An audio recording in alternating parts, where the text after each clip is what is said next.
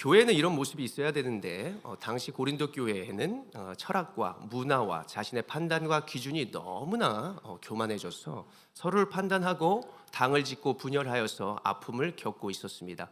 그래서 사도 바울이 쓴 편지가 바로 고린도 교회에서 보낸 편지, 고린도전서 후서라고 할 수 있는 것이죠. 우리가 죄의 본질을 보면 이 모든 것을 알 수 있다고 했습니다. 하나님과 멀어지게 되면서 우리가 하나님이 되고 하나님이 되어서 판단하고 기준을 삼는 이런 모습이 나타났다라고 해볼 수 있는 것이죠. 이 시대의 인공지능 AI를 보십시오. 우리가 무엇인가를 판단하기 위해서 만든 도구입니다. 그런데 도리어 사람들은 어떻게 되었느냐? 내가 그것의 판단을 받게 되고 그 판단을 가지고 우리가 세상을 판단하게 되어지더라는 것이죠. 이러다 보니 하나님의 말씀이 우리를 판단해야 하는 것인데, 하나님이 우리를 지으셨는데 그 말씀에서 우리가 시작한 것인데 우리의 시작이 무엇이 되었습니까? 세상이 되었습니다. 세상이 되다 보니까 어떻게 됩니까? 우리가 다 서로가 정답이라고 합니다. 그러니까 당이 짓게 되고 그리고 분열하게 되어진다. 이 모습이 바로 세상의 모습이요, 지금 고린도 교회에 나타나고 있는 가장 심각한 문제였다고 하는 것입니다. 과연 이러한 시대 속에서 고린도 교회 성도들과 우리들이 하나님께서는 어떻게 살기를 바라실까? 사도 바울의 권면을 통해서 우리는 진정으로 하나님께서 원하시는 우리의 삶의 모습을 찾고 발견하는 오늘의 시간이 되기를 원합니다. 그래서 첫 번째로 우리가 함께 나누고 싶은 것은 바로 이것입니다. 따라합니다. 진정한 관계 속에서 수용하는 삶을 살자. 그렇습니다. 우리는 진정한 관계를 갖지 않고 모든 것을 받아들이고 수용하는 삶을 살고 있다라고 봐도 과언이 아닙니다. 이 시대는 수많은 정보와 미디어가 넘쳐나는 세상과 말씀이 넘쳐나는 세상 속에 살고 있지만 정작 우리의 모습은 어떻습니까? 우리의 모습은 변하지 않는 것이죠. 왜 우리는 변하지 않을까? 왜 남들을 인정할 수 없을까? 그것은 바로 우리가 세상과 깊은 관계 속에서 무엇인가를 시작하는 것이 아니라 그냥 수박 겉핥기식으로 무엇인가를 쫓아갔는데 나를 인정하지 않고 내 기준이 틀리다라고 하면 더럽고 치사하다. 다른 것을 찾아보자. 다른 모임을 찾아보자. 그냥 깊은 관계를 우리는 꺼려하는 이제 이러한 시대 속에 우리가 살고 있다라고 보는 것입니다. 우리가 진정성이 있는 깊은 관계가 아니라 세상을 보니까 이제 순간적인 이런 감정, 탄산수와 같은, 여러분들 탄산 음료와 같은, 맥주와 같은 이런 아주 짜릿하고 순간적인 그것에 우리가 이렇게 살아가다 보니까 나에게 뭔가 그런 자극적인 것이 아니면 우리는 이제 깊은 관계를 맺으려 하지 않는다는 것을 우리가 세상을 가운데 볼 수 있는 것이죠. 그래서 바울은 오늘 본문에 이렇게 말하는 것입니다. 자, 오늘 본문 14절의 말씀을 같이 읽어보겠습니다. 시작. 내가 너희를 부끄럽게 하려고 이것을 쓰는 것이 아니라 오직 너희를 내 사랑하는 자녀같이 권하려 하는 것이라. 아멘. 바울이 이렇게 전하려 하는 것은 그들을 수치스럽고 부끄럽게 하려는 것이 아니라 그들을 막 지적하고 막 매를 들고 아프게 하려는 것이 아니라 진짜 하나님의 마음을 깨닫게 하기 위해서 하나님의 말씀을 전하고 싶었습니다. 하나님의 진정한 관계 속에서 무엇인가를 하려면 사실 처음에는 되게 굉장히 어색합니다. 누군가는 망가져야 하고 또 누군가는 낮아져야 모두가 하나 될 수 있는 것이죠. 그래서 무엇인가를 진행하는 사람에 있어서 진행해 보지 않는 사람은 잘 모릅니다. 내가 이것을 선생님을 안 해보고 어떤 행정을 안 해보고 음식을 안 해본 사람은 그것에 대해서 말할 수가 없어요. 왜 음식이 이렇게 짜냐? 왜 이렇게 덥냐? 왜 이렇게밖에 못하냐? 왜 이렇게 못 가르치냐? 이런 것들을 이렇게 하게 되는데 우리가 부모 돼서 부모의 심정을 알고 깨닫는 것처럼 우리가 우리의 자리에서는 여러 가지를 이해할 수도 없을 수 있다. 그래서 바울이 그 오해를 하는 것을 너희들이 금하고 나는 진짜 너희들을 사랑하고 하나님이 이런 말씀을 가지고 있었기 때문에 너희들을 부끄럽게 하는 것이 아니라 너희를 살리려 한다라고 하는 그러한 말을 지금 먼저는 전하는 것이죠. 우리가 하나님의 말씀과 또 진짜 옳다라고 여기는 가운데 섰을 때 왜 부끄러움이 느껴질까요? 누군가가 나를 지적하는 것을 왜 뭔가 못마땅하게 여길까요? 이것은 다 죄 때문이라고 할 수 있습니다. 우리가 하나님과의 진정한 관계가 어땠습니까? 처음에는 좋았죠. 어떤 말을 들어도 어떤 음식을 먹어도 어떤 환경이 돌아올지라도 우리는 하나님과 함께하기 때문에 부끄럽거나 두렵거나 힘들지 않았습니다. 그런데 하나님을 떠나고서부터 무엇이 찾아오느냐? 수치심, 부끄러움, 두려움이 찾아오는 것이죠. 그래서 우리는 무엇인가를 나에게 채웁니다. 저는 기도할 때 막 제가 좋아하는 자극적인 음악을 잘 듣지 않아요. 왜냐하면 계속 나의 생각이 싹틀 것 같아서예요. 도리어 잠잠하고 나와 다른 음악. 그렇다고 제가 트로트를 들으면서 성경 말씀을 보진 않지만 모든 환경이 내가 원하는 환경에서 말씀을 보고 내가 원하는 환경대로 내가 그것을 들었을 때 별로 저에게 변화와 유익이 찾아오지 않더라는 것을 경험하게 되더라는 것입니다. 그래서 모든 환경, 모든 것이 나와 좀 다른 것에서 무엇인가를 좀 시작해보자라고 하는 것이죠.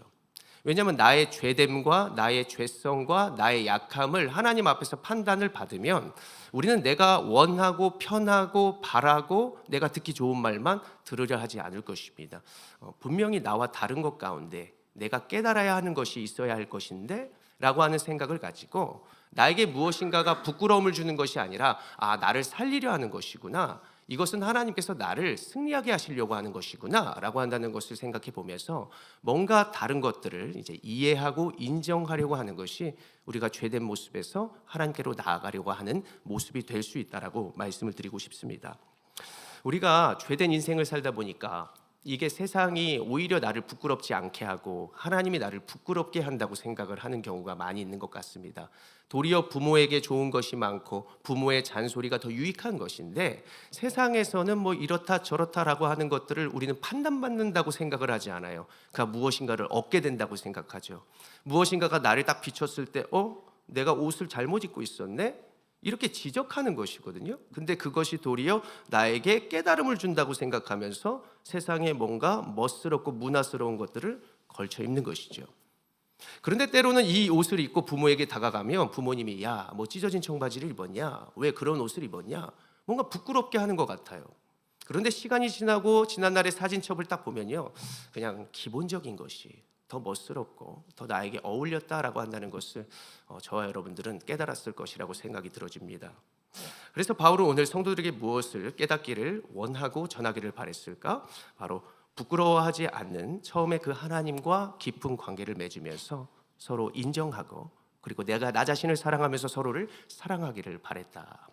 하나님 안에서 서로 사랑하기를, 하나님과 서로 사랑하기를 간절히 원했다는 것입니다. 자, 요한일서 4장 18절 상반절의 말씀을 같이 읽어보겠습니다. 시작. 사랑 안에 두려움이 없고 온전한 사랑이 두려움을 내쫓나니. 아멘. 하나님의 온전한 사랑만이 우리의 두려움과 수치심과 부끄러움을 내쫓는다는 사실을 믿으시기를 바랍니다. 하나님의 사랑을 오해하지 마시기 바랍니다. 하나님의 사랑은 때로는 거친 것 같고 나와 어울리지 않는 것 같아 보일지 몰라도 여러분 묵묵히 하나님의 사랑 안에 잠기고 그리고 하나님이 원하시는 음악, 하나님이 바라시는 그 생각에 우리가 깊이 잠기면 우리가 그 안에서 도리어 자유하고 그리고 그 두려움이 떠나갈 줄로 믿으시기를 바랍니다. 여러분 무엇이 가장 두려우십니까? 나와 다른 이들이랑 어울리는 게 되게 두렵지 않습니까? 그렇죠. 누가 나를 판단하고 아는 것이 되게 좀 힘들죠. 그래서 우리는 좀 거짓말도 좀 섞고 내가 좀 내 자신을 무화과 나무 잎을 엮어서 이렇게 좀 가리면서 좀 멋있게 서 있고 싶으실 것입니다. 점점 깊은 교제를 할수록 우리는 깊은 교제를 하기 싫어하는 경향이 있어요. 그렇죠? 교회에서 깊은 교제, 이걸 누가 전하지 않을까? 저 사람은 가벼운 스타일이니까 내 기도 제목을 이렇게 전하지 않을까? 여러분 기도 제목이 뭐가 부끄럽습니까? 다 약한 것인데 모든 자녀들이 뭐가 부끄럽습니까? 다 힘든 것인데요. 우리가 어차피 그것을 하나님께서 기도의 제목으로 어떤 상황으로 주셨다면 여러분 믿음으로 공동체의 입술을 빌려 함께 기도하면서 그 문제를 해결받기를 원합니다. 서로 사랑하는 것, 그러면서 서로 사랑해지고 서로 깊어져만 가고 그 깊은 관계 속에서 우리 스스로를 깨달을 수 있고 그 깊은 관계 속에서 우리의 모든 두려움이 떠나가게 될 줄로 믿으시기를 바랍니다. 자, 요한계시록 3장 20절의 말씀, 하나님은 우리에게 이것을 원하십니다. 읽겠습니다. 시작. 볼지어다 내가 문 밖에 서서 두드리노니 누구든지 내 음성을 듣고 문을 열면 내가 그에게로 들어가 그와 더불어 먹고 그는 나와 더불어 먹으리라. 아멘. 지난주에 설교에도 요한계시록 3장 20절이 인용되었다라는 걸 아십니까? 처음 오신 우리 태신자들이 마음을 열고 하나님의 말씀을 받기를 원하는 마음으로 이 말씀을 인용했는데 이렇게 설교문을 잘 기록하고 보니까 요한계시록 3장 20절을 또 제가 인용을 하고 있더라고요. 우리의 마음이 얼마나 두텁게 닫혀 있으면 하나님이 또 이 말씀을 주셨을까? 여러분, 모든 것에 있어서 부끄러워하지 마시고 마음을 열고 말씀을 받아보시기 바랍니다. 하나님의 깊은 사랑 안에 잠기는 것이 처음이 어려운 것이지, 여러분, 하나님의 방법과 그 모습대로 조금만 여러분들이 움직이시면요, 하나님과의 깊은 관계 속에서 주변이 이해가 될 것입니다. 주변이 하나님의 능력으로 해결될 것입니다. 그래서 저와 여러분들이 날마다 주시는 환경 가운데 마음을 열고 하나님과의 깊은 관계 속에서 여러분, 두려움이 변하여 설레임으로 살아갈 수 있는 저와 여러분들 모두가 되시기를 간절히 축원합니다. 두 번째로 함께 나누고 싶은 것은 바로 이것입니다. 따라합니다. 허락하신 관계 속에서 하나님의 뜻을 깨닫자. 네, 우리는 허락하신 관계 속에서 뜻을 깨닫기보다는 내가 판단하고 생각하는 관계 속에서 하나님의 뜻을 깨닫기를 원하고 있습니다. 사람은 대부분 나를 옳다고 여겨주고 내 마음이 편하고 이익되는 곳에서 관계를 맺고 싶어 합니다. 그러나 여러분, 지난 날을 보십시오. 진정으로 나를 변화시키고 그리고 내 상황에서 역전이 된 그런 모든 상황들을 보면 다 우리와 어울리지 않고 우리가 좀 힘들었던 그곳에서 우리가 변화되었다라는 사실을 여러분들 생각해 보셨을 것입니다. 저는 하나님께서 맺어주신 영적인 공동체에서 우리가 먼저 순종하고 그리고 하나님의 뜻에 맞춰 나아가는 것이 여러분들의 변화의 시작이 될 줄로 믿습니다. 이곳에서 저와 여러분들의 만남도 결코 우연이 아니고 또 여러분들 가족 간의 만남도 결코 우연이 아닙니다. 우리가 우리의 죄성에서 보면 상대가 이해가 되지 않죠. 여러분들 스스로도 거울을 보십시오. 여러분들의 행동이 이해가 됩니까? 여러분들이 자녀들에게 처음엔 사랑해 축복해 하다가 막 그들에게 뭐라고 하는 여러분들을 발견했을 때 여러분들이 이해가 되십니까? 여러분들도 이해가 안 되는데 여러분들이 여러분들의 가족을 이해할 수 없고 여러분들이 열심으로 세상으로 막 살아가는데 그 열심으로 살아갔던 기준에서 남들을 보았을 때 여러분 이해가 되나요? 당연히 이해가 안 되는 거예요. 앞에 보는데 남편의 말이 안 들려요. 아이들의 언어가 안 들려요. 내가 어렸을 때 그것을 겪었음에도 불구하고 너 도대체 무슨 소리를 하는 거니? 안 들려요. 왜 우리는 그 자리로 나아가려 하지 않을까요? 지난날의 나의 약한 자리로 나아가려 하지 않을까요? 나는 왜 배우자의 자리로 나아가려 하지 않을까요? 나는 왜 나의 자리만 옳다고 여기는 것일까요? 우리는 허락하신 자리가 분명히 이유가 있다는 사실을 기억해야 합니다. 언제까지 영어 팝송으로만 된 여러분들 소리를 듣고 그것에만 순종하려 하실까요?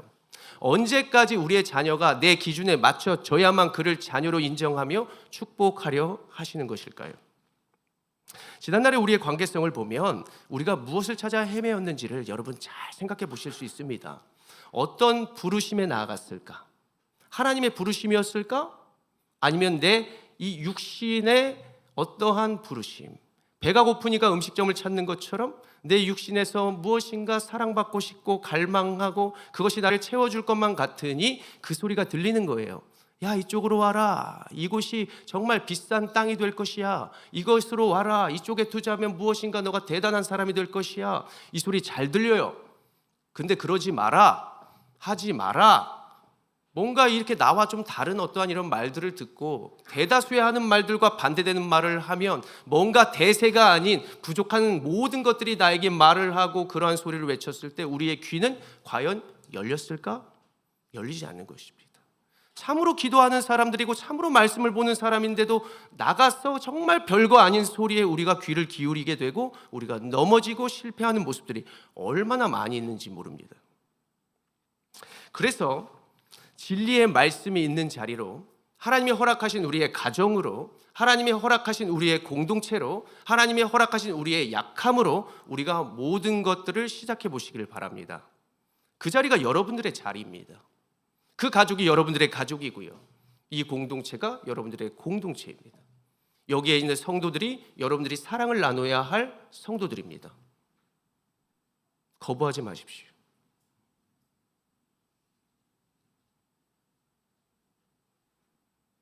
자녀를 거부하고 주어지는 환경을 탓하고 불평할수록 여러분들이 더 악해지고 괴물이 될 것이며 여러분들의 스스로는 무너지고 또 작은 것에 비틀비틀거리는 영적인 미숙아가 되어서 정말 강건한 하나님의 능력과 하나님의 구원을 이루기에는 정말 점점 멀어지는 여러분들의 자신을 발견할 수도 있습니다. 우리는 거룩한 부담감과 육신의 어려움이 있는 자리로 좀 나아갈 필요가 있습니다. 그 자리에서 시간이 지나면 무엇이 나타납니까? 살이 빠집니다. 여러분들의 불필요한 것들이 사라지게 되고 여러분들의 필요할 거리들이 눈에 보이기 시작할 것입니다. 여러분들이 예배를 드릴 때도 얼마나 많은 약함이 보이는지 아십니까? 뭐 이렇게 추운 거야? 뭐 이렇게 더운 거야? 왜 이렇게 자막이 느린 거야? 왜 이렇게 자막이 빠른 거야? 왜 이렇게 저 사람은 액션이 큰 거야? 제가 있는 지난날의 교회는요, 어떤 장로님이 아멘을요 얼마나 크게 하는지 몰라요. 별것도 아닌 것 같은데 아멘! 그래서 저는 그 목사님의 뭐 아들인 줄 알았어요. 근데 하나도 관계가 없었어요. 그것에 영향받아서 예배 못 드려요. 그런데 우리의 발걸음의 소리는, 우리의 삶의 모습은 어떻다고 지금 그 모습을 판단하고 있을까요?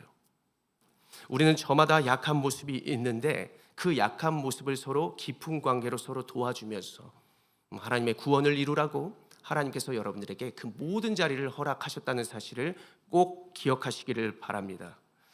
우리의 모든 상황 가운데 성도들에게 오늘 바울이 누구를 보내는지 한번 보십시오. 고린도전서 4장 17절의 말씀인데요. 17절 읽겠습니다. 시작.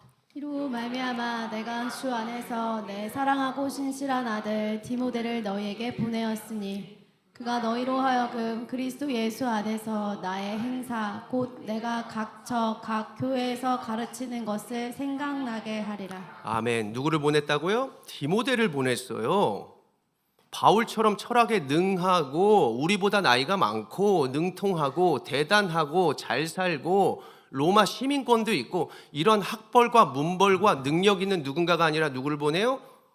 세상 말로 핫발이라 그러나? 핫발? 대발이? 핫발이 연약한 사람, 무시할 수 있는 사람을 보내버립니다. 왜 그럴까요?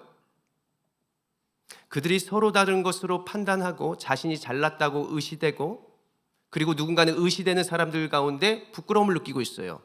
그러니까 어떻게 돼요? 더 부끄러운 사람을 보내버려요.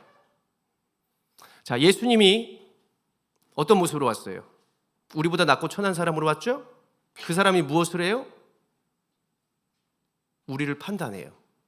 우리의 약함과 강함을 깨닫게 해요. 복음이랑 똑같습니다. 왜 하나님이 우리에게 약한 모습을 주셨을까? 하나님이 왜 우리에게 약한 자녀를 주셨을까? 왜 하나님이 우리에게 약한 공동체를 주시고 배우자를 주셨을까? 왜 주셨을까? 무엇을 하라고요? 그것으로 내가 나를 판단하라고. 오늘 바울은 정말로 미숙하고 연약한 목회자 보냅니다. 그랬을 때 사람들 모르겠어요. 교만한 사람 딱 드러나요. 그런데 겸손한 사람이 딱 드러납니다. 아, 이 사람은 정말 하나님만 바라보고 믿는 성도구나. 아, 이 사람은 목회자만 보고 뭔가 학벌만 보고 뭔가 실력만 보고 항상 하나님의 예배를 드리는 사람이구나. 딱 갈라지는 것입니다. 예수님이 오셨을 때도 딱 갈라집니다. 율법주의자, 복음주의자. 정말 하나님을 바라보고 잘 믿는 사람들이 나타나는 반면에 누구는 핍박하죠. 목수의 아들이래. 그 사람은 뭐예요? 직업주의자죠. 뭐. 돈은 얼마나 있대? 돈이 우상이에요. 돈을 믿고 돈이 있어야 예배하는 사람입니다. 모든 것은 하나님이 왜 주시느냐, 왜 약함을 주시느냐, 왜 부족함을 주시느냐, 우리에게 왜 그것을 판단하고 보게 하느냐. 너가 너 스스로를 판단하라고. 내가 내 실체를 알게 되는 것이 바로 하나님의 말씀의 자리요, 약함의 자리라고 해볼 수 있습니다. 지금 그들은 디모데를 보며 무슨 생각을 했을까요? 자기 자신의 죄악과 어리숙함을 생각했을까요? 그들의 약함, 디모데의 약함, 상대의 약함, 그 상대의 미숙함을 바라보았을까요? 상대 미숙함을 바라보는 경우가 많았겠죠. 그런데 성도 여러분, 우리가 복음 앞에서는 서로의 약함과 단점이 능력이 된다는 것을 아십니까? 하나님이 그 죄악 때문에 오신 것이고 그 약함 때문에 온 것이고 그 약한 그때에 결국 하나님으로 승리할 수 있고 그것으로 온전히 하나 될 수 있다는 사실을 하나님께서 보여주시고자 이 땅에 오신 것입니다. 우리에게 강함이 있고 우리에게 교만이 있으면 어떻게 구원이 있었을까요? 약함이 있기 때문에 붙잡을 수 있었던 것이고 약함이 있기 때문에 하나님이 있는 것입니다. 그리고 성숙한 여러분들이 있는 것이고요. 고린도후서 12장 9절의 말씀을 같이 읽어봅니다. 약함이 하나님의 능력이 된다는 사실을 믿으시며 9절 읽겠습니다. 시작. 나에게 이르시기를 내 은혜가 내게 족하도다. 이는 내 능력이 약한 데서 온전하여짐이라 하신지라. 그러므로 도리어 크게 기뻐함으로 나의 여러 약한 것들에 대하여 자랑하리니 이는 그리스도의 능력이 내게 머물게 하려 함이라. 아멘. 바울의 말을 듣고 고린도 교회 성도들이 처음에는 좀 뭔가 잘 이해하지 못했고 부족한 모습이 있었지만 시간이 지나면서 알게 됐어요. 그 약한 사람을 보면서 주님의 마음을 알게 된 거예요. 아, 주님이 이 약한 자를 위해서, 약한 나를 위해서 이 땅에 오셨구나.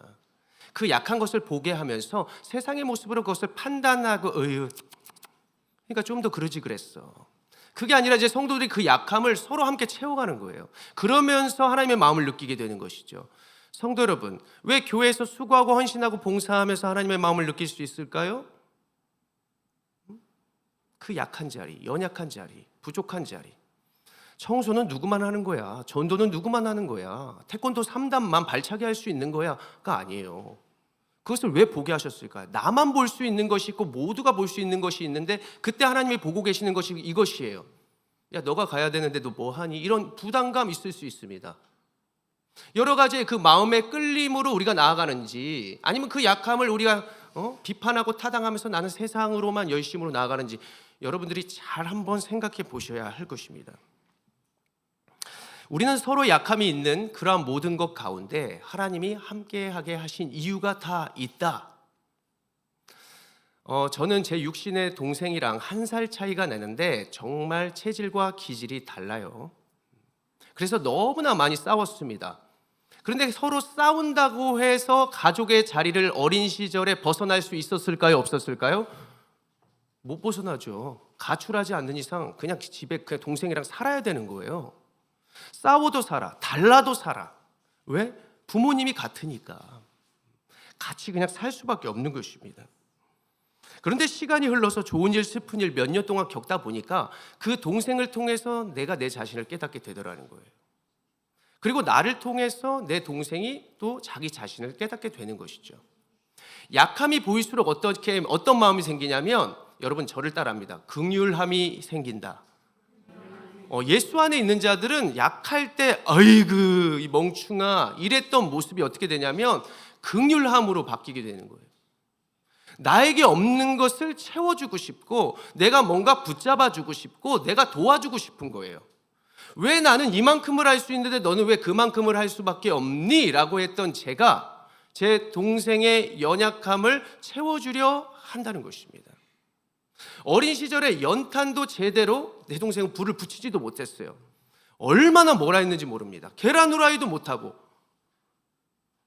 근데 지금 어떻게 되는지 아십니까? 저보다 더 잘해요. 음식을 저보다 더 잘하더라고요. 그러면서 서로의 약함을 채워주더라. 제가 요번 한 주간에 아버지 추도 예배가 있었습니다. 그래서 동생 집에서 예배를 드리는데 동생이 이제 친절하게 원래 그런 동생도 아니었어요. 그런데 이제 우리가 주 안에서 그렇게 해서 하나님의 은혜로 말미암아 성장을 한 다음 동생이 저한테 그래요. 다 가족들 들여보내고 저 주차 이렇게 할 때까지 기다렸다가 봉투를 하나 건네는 거예요.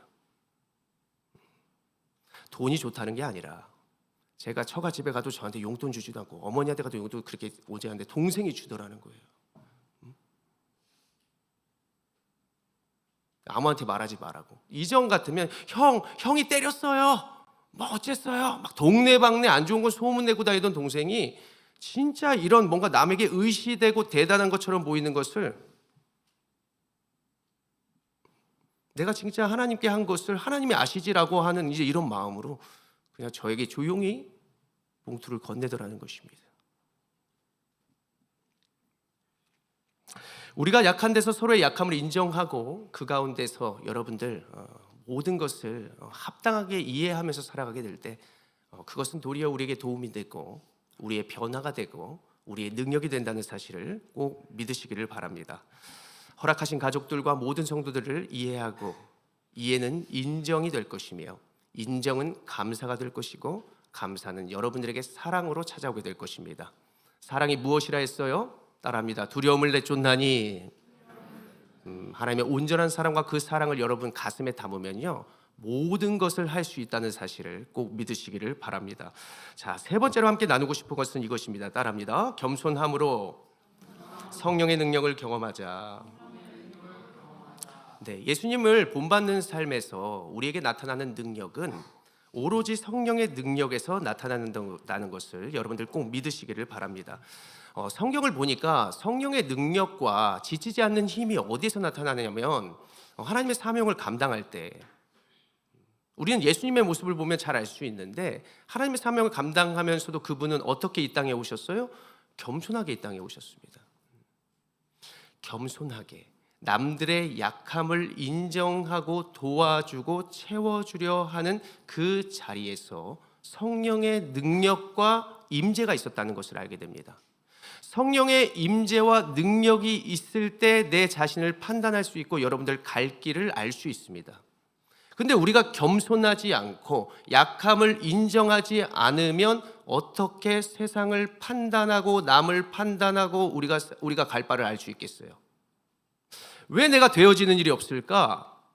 왜 나는 계속해서 갈 바를 없는 싸움을 할까? 헛된 곳에 힘을 줄까? 힘을 줄 때 주고 뺄 때 빼야 하는데 왜 이렇게 피곤하지? 잘 돌아보면 정말로 시간이 없었을까요? 저는 그렇게 생각합니다. 저만 보더라도 헛된 곳에 힘을 쓰는 거예요. 그만큼 해왔는데도 헛된 곳에 힘을 주니 체해요. 항상 그런 어떠한 상황들이 생기는 여러분들의 모습을 여러분들 생각해 볼 수 있습니다. 왜 그럴까? 겸손하다는 것은 내 힘을 빼는 거예요.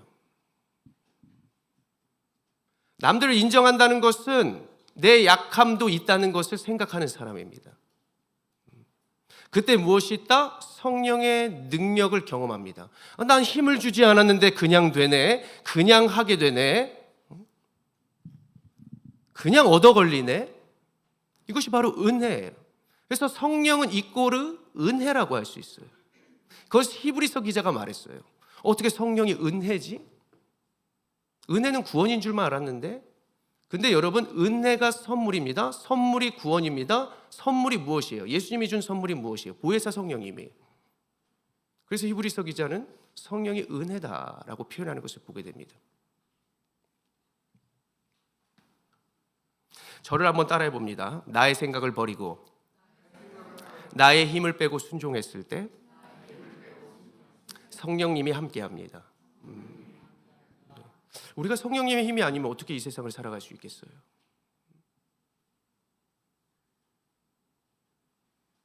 저도 여러분들처럼 대단한 사람들 앞에 섰을 때 성령님이 아니면 설 수 없는 거예요.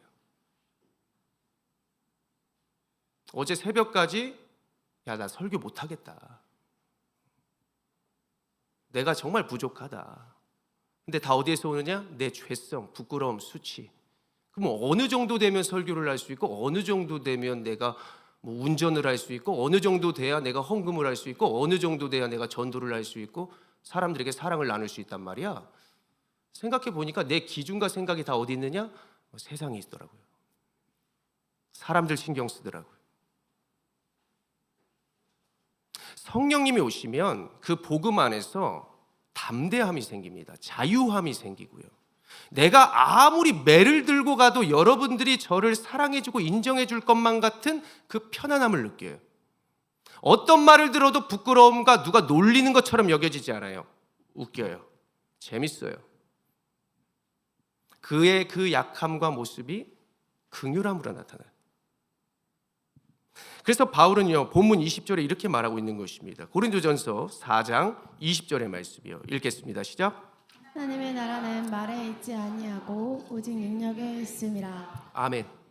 여기서 말은 그들이 생각했던 학벌, 세상의 생각, 기준, 사람들의 시선, 모든 것들이 잘났다라고 생각한 그들의 기준입니다. 그것에 있지 아니하고 무엇에 있다? 오직 능력에 있다. 무슨 능력이요? 성령의 능력입니다. 살아보면 우리 학벌, 지혜, 지식, 그 모든 것들이 헛되다는 것을 알게 돼요. 그거 그렇게 준비했는데 다른 데서 문제가 나와요? 제가 아는 가까운 교회에서요, 막 박사학위 있고요, 뛰어난 말솜씨가 있고요, 여러 사람들이 그 교회에 청빙했습니다. 그 교회에 이력서를 냈어요. 그런데 누가 뽑혔느냐? 박사도 아니에요. 그 성도들과 함께하는 마음이 보여진 목회자가 뽑혔어요. 말을 했던가요? 그냥 설교자에서 설교만 하고 갔는데 그 어느 목사님은 그랬대요. 그러니까 성도들이랑 같이 그냥 야야라 모르겠다 하면서 같이 막 예배를 드리고 찬양하고 설교는 얼버무리고 뭐 어땠는지 모르겠는데 그 성도들과 함께 하려는 그 모습, 말에 있지 아니하고 오직 성령 안에서 함께 예배했더니 그분이 뽑혔어요. 저랑 전도사 시절에 같이 했던 진심 하나는 끝내주는 사람이었어요. 모든 학벌을 이겼습니다. 자, 우리 모두가 우리의 스스로를 돌아보기를 원합니다. 여러분, 우리가 겸손할 수 없을 때 때로는 하나님 우리 너무 사랑하셔서 어떻게 하냐면 우리 힘들게 해요. 억지로 겸손케 해요. 억지로 하나님을 붙잡을 수밖에 없는 상황을 주셔요. 그런데 도리어 그것은 무엇이다? 기회라는 사실을 믿으시길 바랍니다. 다 흩어버리는 거예요. 바벨 다 흩어버리는 거예요. 인생 끝나지 않았잖아요. 안 끝난 상태에서 흩어버리다. 여러분, 조금이나마 더 건졌어야 되는데 내가 이만큼 손해봤는데 생각하지 마십시오. 주님이 그 흩으신 자리에서 주님을 붙잡고 겸손하게 나아가면 그 우리가 손해본 것보다 더 큰 축복과 은혜를 능력을 주실 것을 믿으시기를 바랍니다. 야고보서 4장 6절의 말씀 하반절만 읽어보겠습니다. 시작.